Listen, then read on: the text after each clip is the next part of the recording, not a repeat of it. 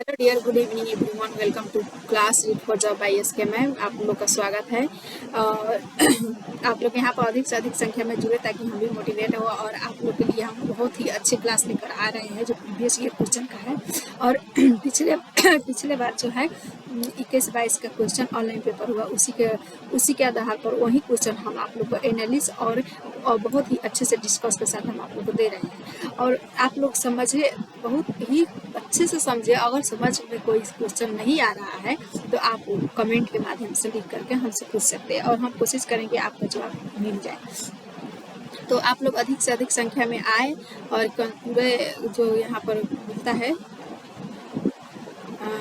Previous year question और 2012 से लेकर अभी तक जितना भी क्वेश्चन हुआ है सभी को हम कर चुके हैं। अभी यहाँ पर 1 जनवरी 2022 का क्वेश्चन चल रहा है। तो आप लोग आए, जुड़े और अधिक से अधिक संख्या में यहाँ पर आकर हमको मोटिवेट करें ताकि हम भी यहाँ पर आप लोग के लिए अच्छे से क्वेश्चन बहुत ही लेकर आए और थ्योरी क्लासेस जल्द से जल्द चलाएं। और यही करने में बहुत ही मेहनत होता है, तो आप लोग का भी फर्ज बनता है कि हाँ कि इसके लिए हम कुछ लाइक या सब्सक्राइब करें और शेयर जरूर करें ताकि अपने साथ साथ अपने दोस्तों को भी भला करें। ओके बच्चे, एक बच्चे में दूसरे की नियति और इच्छाओं को समझने की योग्यता है। यह बुद्धि के विकास के स्वरूपता इसको दर्शाता है। दूसरे जो जब भी दूसरे की बात करेगा, दूसरे को इच्छाओं को समझने की बात करेगा तो ये अंतरा व्यक्ति हो जाएगा। ओके, देखेंगे इंग्लिश में इंटरपर्सनल इंटेलिजेंस कहेंगे। दूसरे 10 प्लस क्या होता है कि यहाँ पर देखेंगे 10 प्लस क्या होता है, 2 हो जाएगा।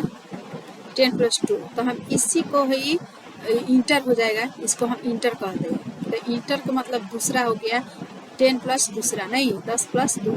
तो इसी को हम इस तरह से क्या करेंगे, इसको याद करके रखेंगे। जब भी दोनों में देखेंगे इस तरह की इंटरपर्सनल आया है तो जल्दी से इंग्लिश क्वेश्चन को देख लेंगे और इंग्लिश को हम बना खोज करके उसको हम आंसर लगा देंगे। तो दूसरे दिया पूछ रहा है तो हमारा दूसरा हो जाएगा इंटर, और खुद के लिए होता है तो इसके लिए इंट्रा होता है। तो ये दूसरे के लिए पूछ रहा है तो ये इंटर अंतरा व्यक्तिक बुद्धि कहा जाता है इसको। राष्ट्रीय शिक्षा नीति 2020 में निम्न में से कौन सा कथन प्रस्तावित है? तो यहाँ पर अपनी मातृभाषा में शिक्षित होना शैक्षिक और प्रौद्योगिक उन्नति में बाधक है। बाधक नहीं, अच्छा होता है, क्योंकि यहाँ पर बहुत अनेकों भाषा को एक साथ लेकर के पढ़ाना है तो उसे मातृभाषा कहा जाता है। इसमें अच्छा होता है, गलत नहीं होता है, क्योंकि यहाँ बाधा दिया है तो नेगेटिव हो गया। विद्यालय को बच्चों को अंग्रेजी भाषा की प्रथम भाषा में रूप में सीखने और बोलने के लिए प्रोत्साहन करना चाहिए। सही लग रहा है, लेकिन आगे देखिए, बाल विद्यालय के एक बहुभाषी होने का उच्च संज्ञानात्मक लाभ है, ये भी सही है। और इससे अच्छा ये है क्योंकि यहाँ बहुभाषी होने का उच्च संज्ञानात्मक लाभ है। यही हमारा आंसर सही हो जाएगा। ये भी देखेंगे, द्विभाषी उपागम विद्यालयों में उलझन पैदा करता है, उलझन कभी भी पैदा नहीं करता है। जैसे कि अलग अलग से समाज से अलग अलग राज्य के बच्चे जो टाउन में रहता है और अलग अलग राज्य से आता है, तो स्कूल तो है एक ही, तो बच्चा तो अनेकों प्रकार के आएंगे, तो उसको बोलने के लिए माना भी नहीं कर सकते और बोलने देना है, क्योंकि इसका भाषा वो सीखेगा, उसका भाषा वो सीखेगा, तो सभी को फायदा है इसमें। ओके, ये भी नेगेटिव हमारा आ जाएगा, आंसर कौन हो जाएगा, ये सही है। जेंडर भूमिकाएं डैश है, क्या है ये अधिग्रहित व्यवहार है या फिर जन्मजात व्यवहार है, ये जैविक संरचना है, अनुवांशिक निर्धारक है। तो इसको हम जन्मजात नहीं कहेंगे, जैविक भी नहीं कहेंगे, अधिग्रहित व्यवहार कहेंगे। ओके, इसको हम अधिग्रहित व्यवहार कहेंगे। नेक्स्ट आ जाएगा हमारे क्वेश्चन। सतत एवं समग्र मूल्यांकन का प्राथमिक उद्देश्य है, क्या है? छात्रों के प्रदर्शन की एक दूसरे से तुलना करना नहीं होता है, छात्रों की समझ को आंकना और पाठ्यक्रम तथा शिक्षा शास्त्र को इसको अनुसार रूपांतरित करना, या छात्रों को उनके प्रदर्शन के अनुसार वर्गीकरण करना होता है, या फिर छात्रों को किसी विषय में सफल और विफल घोषित करना होता है। सफल विफल नहीं करना है, छात्रों को उनके प्रदर्शन के अनुसार वर्गीकरण या छात्रों की समझ, आकलन और पाठ्यक्रम तथा शिक्षा शास्त्र को इसको अनुसार रूपांतरित करना है। ओके, तो यही हमारा आंसर हो जाएगा क्वेश्चन नंबर 14 का 2 एंड 50 आ गया। तो हमारा नेक्स्ट क्वेश्चन कौन सा हो जाएगा, यहाँ पर देखेंगे अपनी कक्षा के लिए मूल्यांकन पद्धति तय करने से पहले एक शिक्षक को किन बातों पर विचार करना चाहिए। तो ये सभी बातों पर ध्यान देना चाहिए जो ऑप्शन में दिया है। मेरे अलावा इन परिणामों का उपयोग कौन करेगा, विशिष्ट छात्रों के अधिगम वक्र का पता लगाने का सर्वोत्तम तरीका क्या है, कौन सा तरीका अध्यापिका को स्वयं के शिक्षा शास्त्र को चिंतन करने में मदद करेगा। ये भी होता है कौन सी विधि छात्रों में उच्चतम अंक लाने के लिए नहीं होगा, क्योंकि अंक लाना कभी भी हमेशा माना ही होता है सीटेट में। यहाँ पर 4th नंबर नहीं है, उसमें वही आंसर है मेरा, तो सभी में 4th है और 4th नंबर में 4th नहीं है, 1 2 है, इसी को सही मानेगा। ओके, क्वेश्चन नंबर 16 आ गया। तो इसको हम देखेंगे आर्थिक रूप से कमजोर वर्ग EWS का आरक्षण केवल सरकारी विद्यालय में ही उपलब्ध कराया जाएगा। तो यहाँ पर क्वेश्चन ये समावेशी क्वेश्चन है, समावेशी शिक्षा से अभिप्राय, समावेशी क्लास कैसा होना चाहिए, शिक्षा कैसी देनी चाहिए, आर्थिक रूप से कमजोर वर्ग का आरक्षण केवल सरकारी विद्यालय में ही होना चाहिए, नहीं, दोनों में, सरकारी और प्राइवेट दोनों में है, और दिया भी है हमारा सरकार ने 25% आरक्षण प्राइवेट विद्यालय में भी दिया है।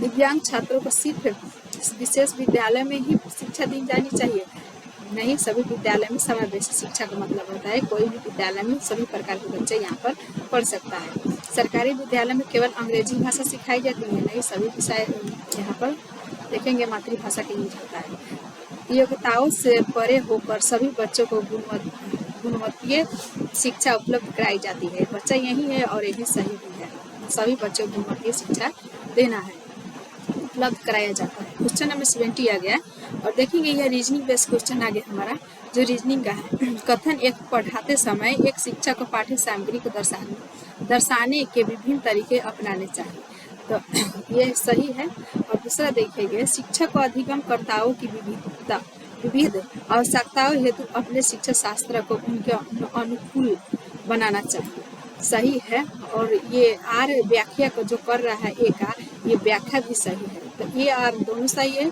और आर सही व्याख्या कर रहा है किसका था, ए का।